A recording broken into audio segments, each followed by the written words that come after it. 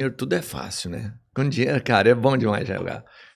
Que os Estados Unidos é que fez essa grande injeção de dinheiro ali dentro. E desse capitalismo, a China trabalhou bem uma grana. E não foi gerado pelo socialismo, mas, porra, manda muito dinheiro. Uma abertura econômica que ajudou a China. Isso.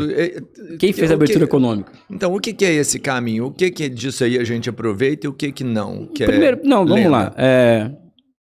A China percebe em 78 que existe um processo no mundo de mudança de paradigma de acumulação. Então, aquele processo de produção baseado no crédito, produção e mercadoria e lucro, né?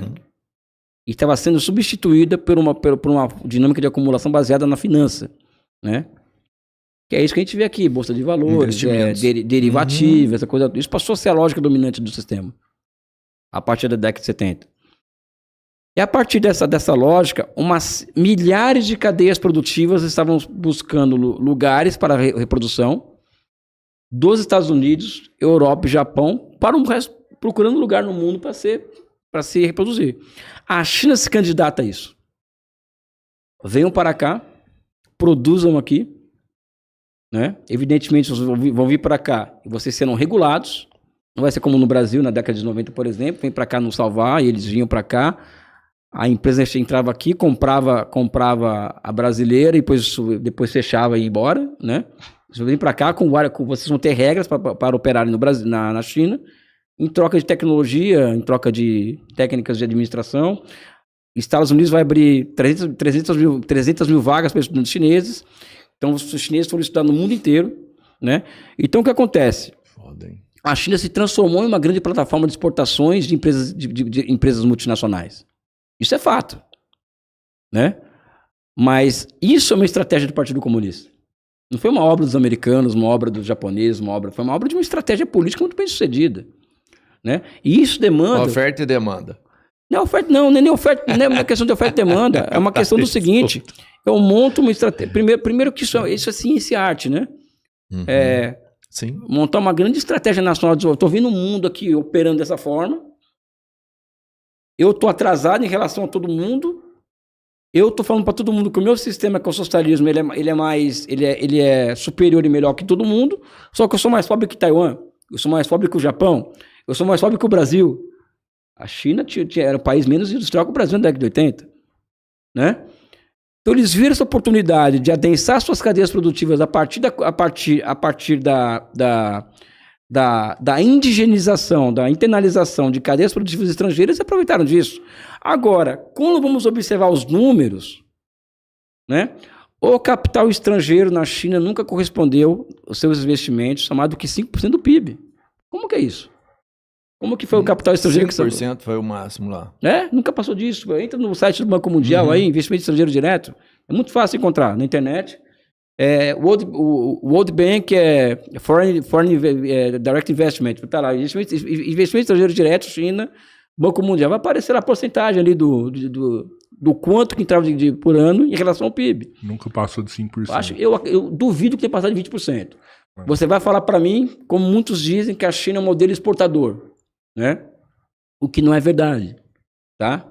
Isso não é verdade. A China sempre foi uma dinâmica de acumulação baseada no consumo e no investimento. E de 30 a 30 segundos para cá, mais ainda no investimento, né? Então, o investimento hoje, ela corresponde a 45% do PIB, entre 41% e 45% do PIB, a taxa de investimento, enquanto que as exportações correspondem aqui a 20% do PIB no máximo. No máximo. Nossa. Sabe? Então não é um modelo exportador. Até porque para você exportar, você tem que produzir. Sim. Então é um modelo baseado no investimento. Sabe? Então existe uma falta de sintonia fina conceitual para definir o que é a China e qualquer dinâmica desenvolvimentista, né? Que nós não podemos abraçar. Então quando se fala, por exemplo, a Coreia do Sul é um modelo exportador ou a China é um modelo exportador, é o quê? É os economistas neoliberais dizendo para nós aqui no Brasil de que, olha, vocês vão ter que ter um modelo orientado às exportações, sabe? Ou seja, e não ao investimento. Eles separam investimento de comércio exterior, separa consumo de investimento, eles fazem essa separação. Que para mim não existe, né? A mim não existe essa separação. Para mim eu vejo o processo produtivo como um processo produtivo com um processo de totalidade, né? E não de partes, né? A China, entendo.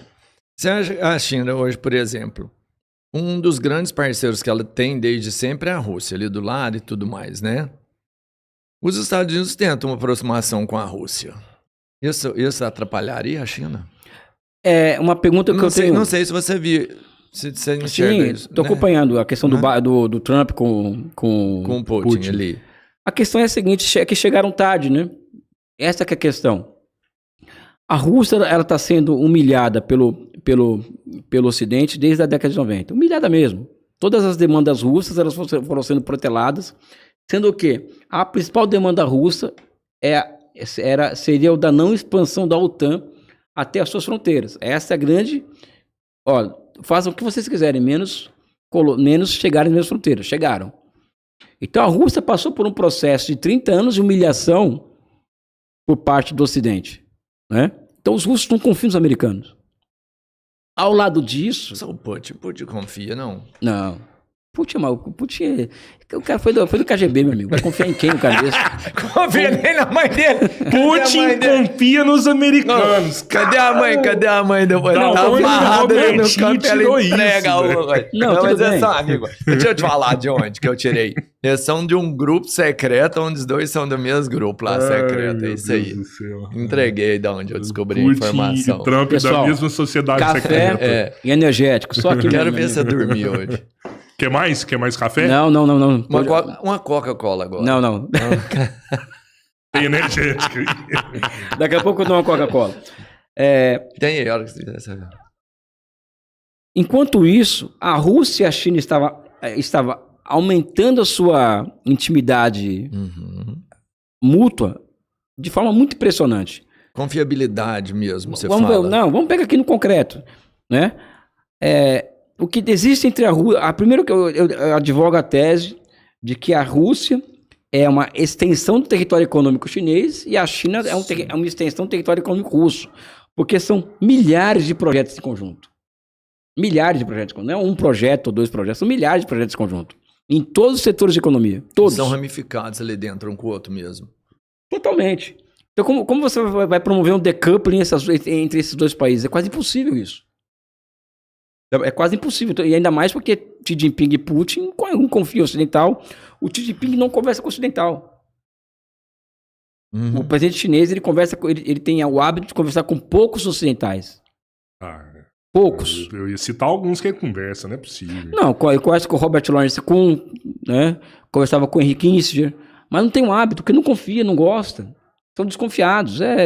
Tá no direito deles. Não quer certo. Eles já foram esfolados muitas vezes. Né? Então, gato escaldado. E o Putin tem a experiência da própria União Soviética, a própria existência russa. Não tem por que o Putin confiar nos Estados Unidos. Os americanos perderam uma chance histórica de trazer a Rússia para a ordem liberal, só que eles não quiseram. Você fala na Segunda Guerra ali? Não, agora, década de 90, quando acaba a União Soviética, o Putin tentou isso o tempo inteiro.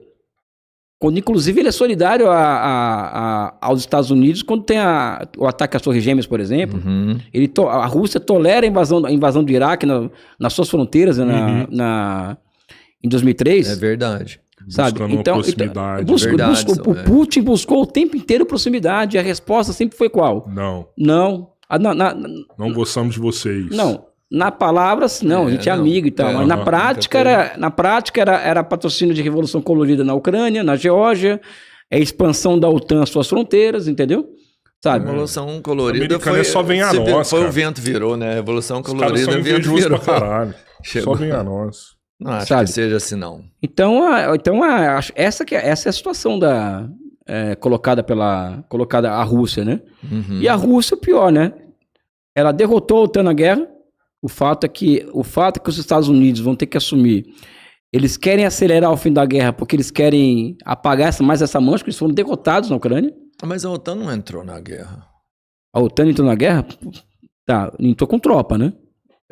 Oficialmente, a gente sabe que teve dinheiro, que teve armamento, que teve bilhões e bilhões e bilhões de dólares na Ucrânia. Sim, mas oficialmente não, porque seria uma outra batalha, não. A OTAN não tem condições militares de enfrentar uma guerra com a Rússia. Eu falo porque, primeiro que a Rússia já tem um complexo industrial militar que ela herda da União Soviética, que não é qualquer coisa. E mais do que isso, eu nunca me esqueço quando estava no Banco dos BRICS, a presidenta Dilma um dia me chamou para conversar e falou: Elias, eu quero de você um estudo. Como que a Rússia está sobrevivendo? Como que ela se preparou para essa guerra? Então eu fiz um estudo, assim, 30, 40 páginas, explicando a história econômica da Rússia de um tempo para cá. E nós descobrimos nesse estudo que a Rússia está se preparando para essa guerra há pelo menos 20 anos. 20 anos. Então, por exemplo, a Rússia passa por um processo de elevação da mecanização na sua agricultura para garantir a autossuficiência alimentar. Então, a Rússia, por exemplo, ela tem uma produção agrícola hoje maior do que na época da União Soviética. A União Soviética tinha a Ucrânia, que tem o solo Chernozem, que é o solo mais rico do mundo, né? Celeiro do mundo. Né? A União Soviética fez processos sucessivos de substituição de importações industriais a ponto de alcançar autossuficiência em vários ramos industriais, além de ter aprofundado as suas relações com a China. Né? Então, a Rússia, fora as inovações tecnológicas que eles foram inaugurando, uma atrás da outra, setor militar. Né? Então, a Rússia, altíssimo no PIB, a Rússia se preparou muito para essa guerra. 20 anos. A OTAN não teria a menor condição de entrar numa guerra frontal com a Rússia. Usar a Ucrânia como proxy war. É uma proxy war. Né? É uma proxy war, porque o Putin está avisando desde 2008, pelo menos, olha, a Ucrânia Tá guardando os nazistas ali. É a zona neutra. A Ucrânia é a linha vermelha, sabe? Então, eu acho que... E tem o pior de tudo, né? É que inicia esse conflito na Ucrânia. A meu ver, esse conflito começa em 2014, não começa com a invasão da Rússia. Em 2014 tem os acordos de Minsk II, em que os interesses das minorias nacionais russas dentro da Ucrânia seriam preservados, ou seja, naquela parte Donetsk, aquela região que é russificada, ela falaria esse idioma, aquela coisa toda. De linguagem, tudo né? mais, né? Só que desde então a Ucrânia nunca respeitou os acordos de Minsk. Então a Ucrânia bombardeava quase que diariamente essas áreas russificadas da Ucrânia. Então, para mim, Elisa, a guerra... Então, já tinha uma guerra ali. Já tinha. Não interessa ninguém falar isso. A guerra já estava rodando. Inclusive com a incorporação de batalhões nazistas ao exército ucraniano. Porque existiam milícias... A Ucrânia é um hub nazista, né? É um hub de nazistas da Ucrânia, né? Incluindo batalhões nazistas. O batalhão Azov é o mais famoso deles, né? Sabe? Que com o Zelensky, quando chega ao poder, ele incorpora esses batalhões ao exército ucraniano.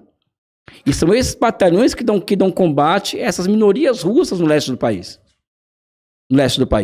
Então, a meu ver, a guerra começa em 2014, quando a Ucrânia não respeita os acordos de Minsk. Né? Mas a Rússia tolera isso. Tolera. Porque o estopim não é isso. O estopim não é isso. O estopim é o pedido da entrada da Ucrânia na OTAN. Né? E a guerra em si, sob o meu ponto de vista, não é uma guerra Rússia e Ucrânia.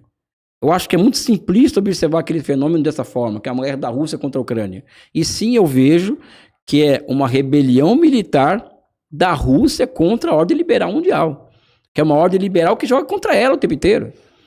Então a Rússia estava entrando em uma questão existencial. Vou dar um exemplo para você aqui. Você imagina se a Rússia instala uma base militar na fronteira com o México e os Estados Unidos? Agora você busca no mapa mundi, por exemplo, quantas bases militares tem americanas cercando a Rússia, por exemplo. Né? Aí vem o europeu e fala, nossa, o Macron falou recentemente que a Rússia é a maior ameaça existencial para a Europa, né? Então, porque você fala sobre essa proporção global, né, Rússia contra a dominação e essa mastigação, essa subjugação que ela sofre constantemente. Mas do que eu imaginava era mais Europa, Rússia, não só a Ucrânia. Eu sei que tinha dedo da Europa ali, mas então é maior do que a Europa. A Europa, na minha visão, a Ucrânia é uma expressão geográfica, ela é um nervo. Que a Europa queria ali, né? E Estados Unidos, né? A OTAN, ela é um instrumento dos Estados Unidos. Era. Tanto é, por exemplo, vamos lá. Agora, o Putin está falando, o Donald Trump está falando em anexar o Canadá e a Groenlândia. Não é isso?